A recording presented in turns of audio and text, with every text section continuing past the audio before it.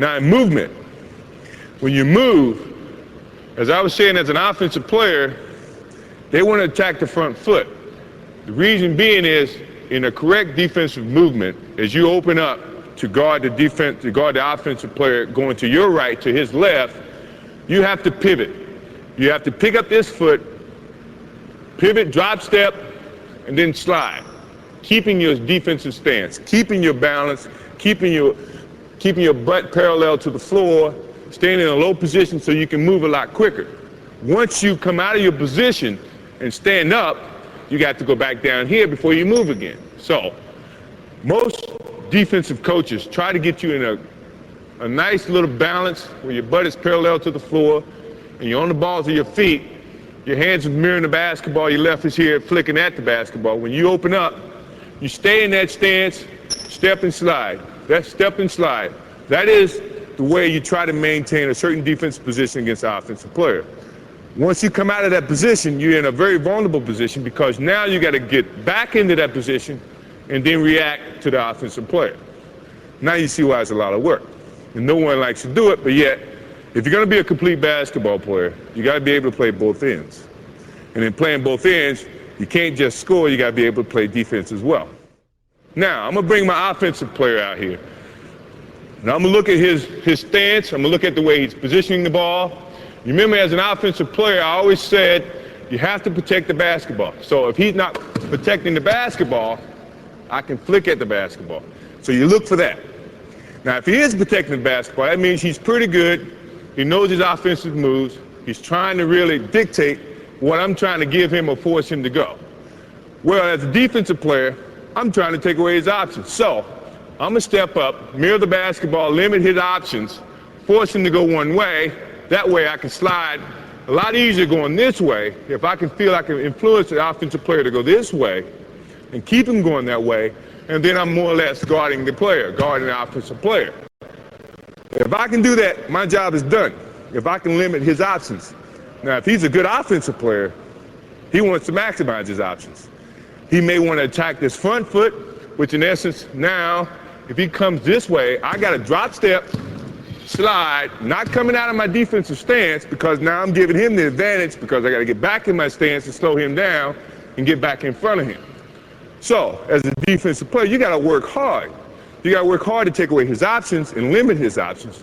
But at the same time, when he attacks you, you have to be in a good enough position to play good, solid defense.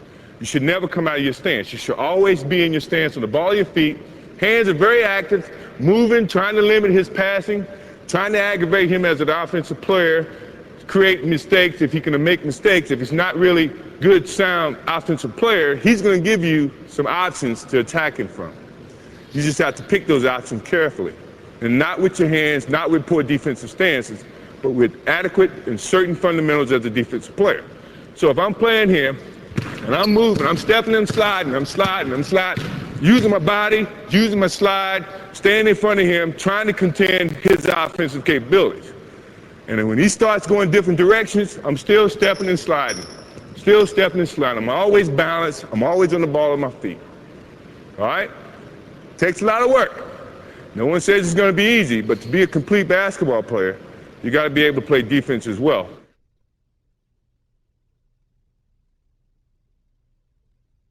Let's talk about seeing your man and the basketball.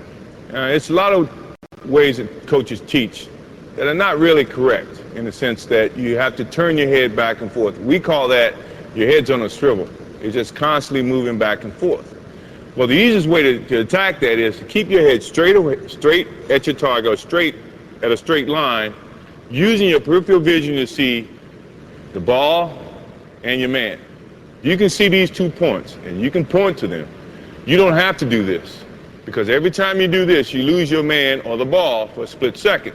But if you're keeping your head straight and using your vision this way, you can see the ball, you can see your man. When the ball starts to move, you start to move, you change your focus point that much more so you still maintain that peripheral vision that you can see both the ball and your man. Now, if you're going to sit there the whole time and do this and this, this and this, where every time you hear you lose the ball, every time you hear you lose your man, even though you think you're fast enough to see both, some players in our league, professional league, it only takes that little split second for you to lose your man or the ball before you're at a disadvantage. So if you're learning early on in your years and you want to learn now and work hard at it, focus on a point between the ball and your man and keep your head steady. And you can see both. I promise you.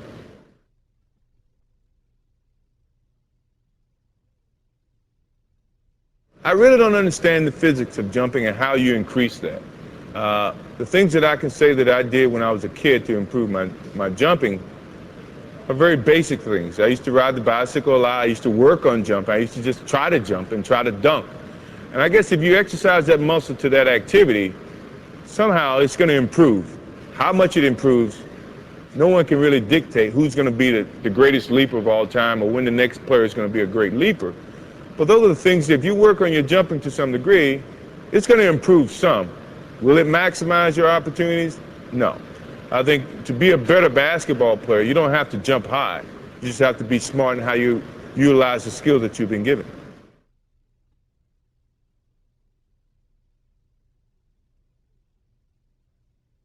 All right, let's illustrate one pass away along with two passes away, where your focus is at a center point. You can see man and ball, and you're denying the offensive player the basketball. So your hand's going to be in the passing lane.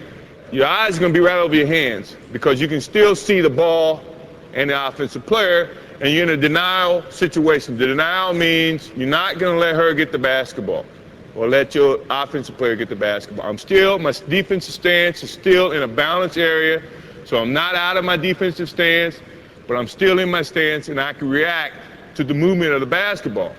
My hands are still going to be in a position to play defense. Now, if he passes the ball over to my other friend here, which now becomes two passes away, my eye level changes to where I can see the ball and my man. If I have to point, I can point.